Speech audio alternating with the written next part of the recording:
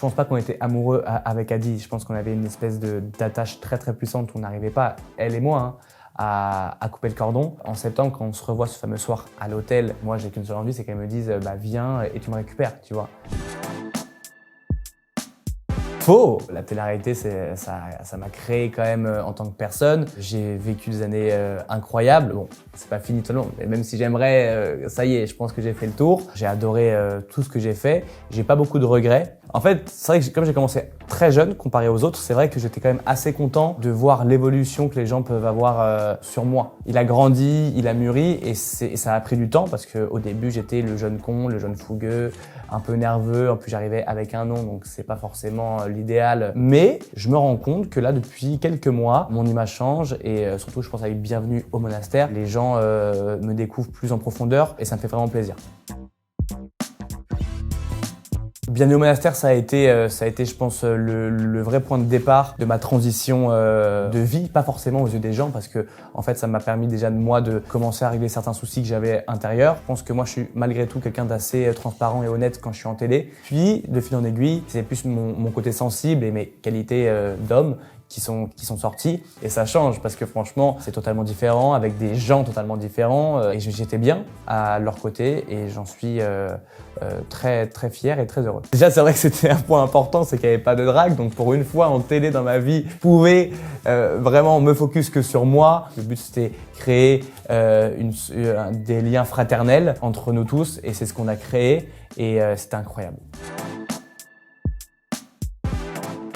C'est vrai que je sentais un décalage avec les candidats parce que j'étais le plus jeune, j'ai été vu d'un œil un peu différent parce que j'étais Simon Castaldi. En fait, en télé-réal, il y a, je pense, un petit temps pas d'adaptation, mais il y a un temps où en fait où les anciens entre guillemets vont te juger et voir si éventuellement il y a du potentiel finalement. On va pas se mentir, si t'es mauvais, les prods te tègent, hein, c'est comme ça, c'est comme dans le travail. Donc j'ai fait mes preuves. Finalement, ils me découvrent, ils voient vraiment comment je suis. Donc pour certains qui sont devenus mes amis, l'écart se réduit, mais au début, ouais, c'est vrai qu'il y avait quand même un gros écart.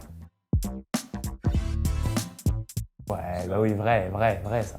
Avec le recul, Julien et Nico, alors oui, ils m'ont beaucoup aidé, mais eux, ça leur sert aussi, parce que aussi, ça leur permet d'avoir un peu le rôle de grand frère. Pour moi, la seule personne qui vraiment te prend sous son aile sans aucune attente derrière, c'est Tanti. Il va être avec toi, il va te conseiller et tout, mais il va pas se servir de toi pour avoir des séquences. C'était vraiment mon vrai ami, il m'a beaucoup conseillé, mais plus dans ma vie, dans mes choix de carrière, que pour faire du show. Après, j'adore Nico et Julien Bert, malheureusement, on se parle plus trop depuis tout ça, mais c'était quand même des bons moments et je regrette pas d'avoir passé ces moments-là avec eux. Faux, non, je suis pas fâché avec Julien Bert, mais moi, il m'a bloqué du jour au lendemain. Quand j'ai pas forcément pris sa défense, quand toute cette histoire avec Ilona a éclaté, il m'a bloqué, on s'est jamais expliqué vraiment. Il est revenu un jour dans un de mes lives TikTok, il m'a envoyé une petite girafe pour me faire coucou en mode Forza RDM et il est parti, il est jamais revenu. C'est très bizarre, mais malheureusement, je pense qu'il a sûrement vécu quelque chose de pas cool, il a dû peut-être vriller et bloquer tout le monde. Enfin, j'en sais rien. Vrai. Je supporte pas ça en fait. Il y a le piston, c'est vrai, mais comme dans tous les corps de métier, le piston permet d'ouvrir des portes qui sont parfois un peu plus fermées pour d'autres. Moi, on m'a ouvert la porte sûrement de la télé plus facilement, j'ai fait mes preuves et c'est pour ça que j'ai fait carrière, parce que j'ai su faire mes preuves et j'ai su montrer qui j'étais aussi moi-même. Basta. Joker, parce que dire oui, ça serait promettre des choses et dans la vie, il faut jamais dire jamais. Dire faux, c'est compliqué parce que c'est vrai que je tends vers autre chose et j'aimerais faire autre chose. C'est pas vraiment ce qui je suis en plus dans la vraie vie. J'ai kiffé, j'ai eu des belles histoires, j'ai eu le droit à des magnifiques histoires avec des femmes magnifiques. J'ai eu de la chance de ce côté-là. J'ai envie de créer des shows, j'ai envie de créer du contenu qui me ressemble, faire des choses qui me plaisent. La télé-réal, c'est bien, mais après 30 ans, t'aspires à autre chose. Donc si je peux couper le virage un peu plus court au lieu de me planter au bout du virage et de prendre le mur à 230, ça serait mieux. J'ai envie de dire vrai, on voit quand même que ça commence à s'essouffler, même si par exemple Frenchy Shore, voilà, ça a été le petit, le petit vent frais finalement de la télé-réal. Je pense que la télé-réalité classique en télé, en access le soir à 19h, c'est compliqué. Je pense qu'il faudra d'ici quelques années mettre tout sur plateforme et en stream finalement. Faux. C'est impossible pour moi. Moi je pense que, Je pourrais pas, ça pourrait pas en bas. Donc c'est impossible. Ça boit, ça ken partout. C'est la fête du slip. Non, ma mère elle regarde trop ce que je fais. Déjà ma mère elle est déjà bien sur moi quand je fais des conneries en télé classique entre guillemets. Alors si je fais ça, je pense qu'elle me renie. Hein. Du moins, moi, ça n'a jamais payé pour moi. J'ai jamais gagné beaucoup d'argent avec les placements. J'ai gagné un petit peu d'argent, c'est vrai, mais pas les sommes qu'on entend des 30-40 000 euros par mois. J'aurais bien aimé, mais pas du tout. Du coup, on se réinvente. Du coup, moi, j'ai commencé à comprendre qu'il y avait de l'argent dans les lives TikTok. Les gens sont pas dupes. S'il y a autant de monde qui font des lives, c'est qu'il y a bien sûr une source financière derrière, qu'on soit bien clair, à différents niveaux, bien sûr. De toute façon, les gens le savent. Hein. Et tu peux suivre. Tu suis les scores au nombre de diamants. Tu fais un calcul très très simple. 100 000 diamants, c'est 500 $.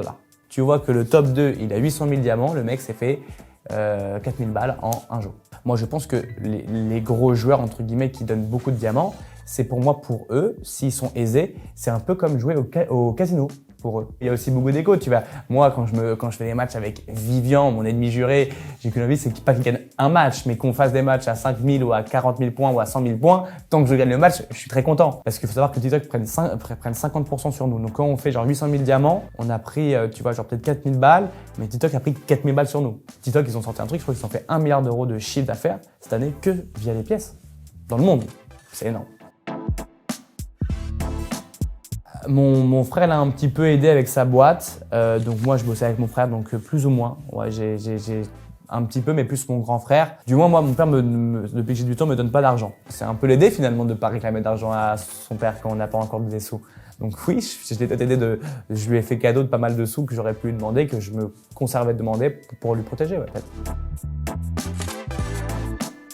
Ah faux.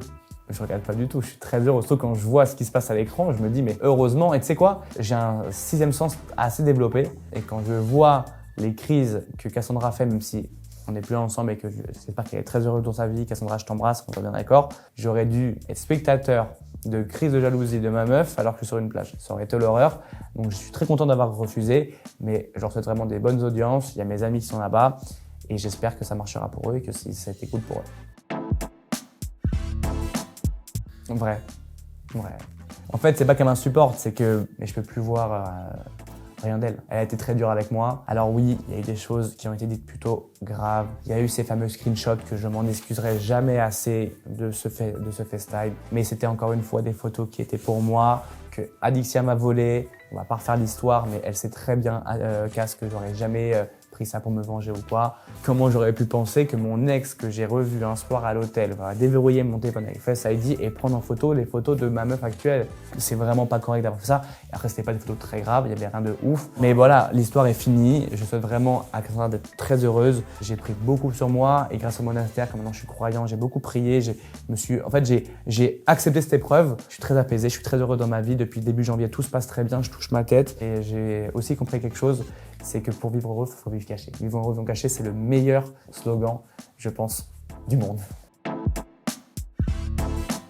Si je suis honnête, vrai. En même temps, je pense que comme n'importe quel mec qui est encore attaché, je pense pas qu'on était amoureux avec Adi. Je pense qu'on avait une espèce d'attache très très puissante. On n'arrivait pas, elle et moi, à couper le cordon.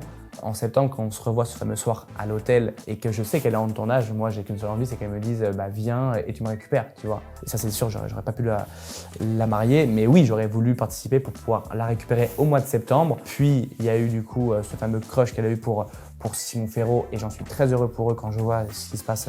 Ils ont l'air très beaux ensemble et franchement, ça paraît dingue, mais je le pense vraiment profondément. Mais au bout de quelques semaines, j'ai compris que c'était mort. J'ai dû faire mon deuil seul sur le mois d'octobre. Et c'est là après où Cassandra m'a réécrit, on s'est remis ensemble, j'ai tenté l'expérience de me remettre en couple avec Cassandra. J'aurais pas dû, il y a eu une crise. Janvier, je suis de retour, très heureux et nouvel homme. Faux. Je pense que tout ce que je dis depuis tout à l'heure, non, faux. Je la vois heureuse et c'est le principal. Même si elle m'a quand même fait du mal, a dit en décembre, c'est elle qui est quand même qui a un peu mis le feu aux poudres, tu vois. Je lui ai pardonné, on s'est appelé, on s'est revu là il y a pas si longtemps pour un tournage que vous verrez bientôt. On a mis tout à plat et vraiment j'ai aucune rancœur, aucun goût de vengeance envers Adi. Et si elle est heureuse, moi je suis très heureux parce que malgré tout, on a quand même vécu 2 ans ensemble, elle a quand même beaucoup apporté dans ma vie. Donc voilà, chacun chez soi et les hippopotames seront bien gardés, comme dirait Astérix Obélix.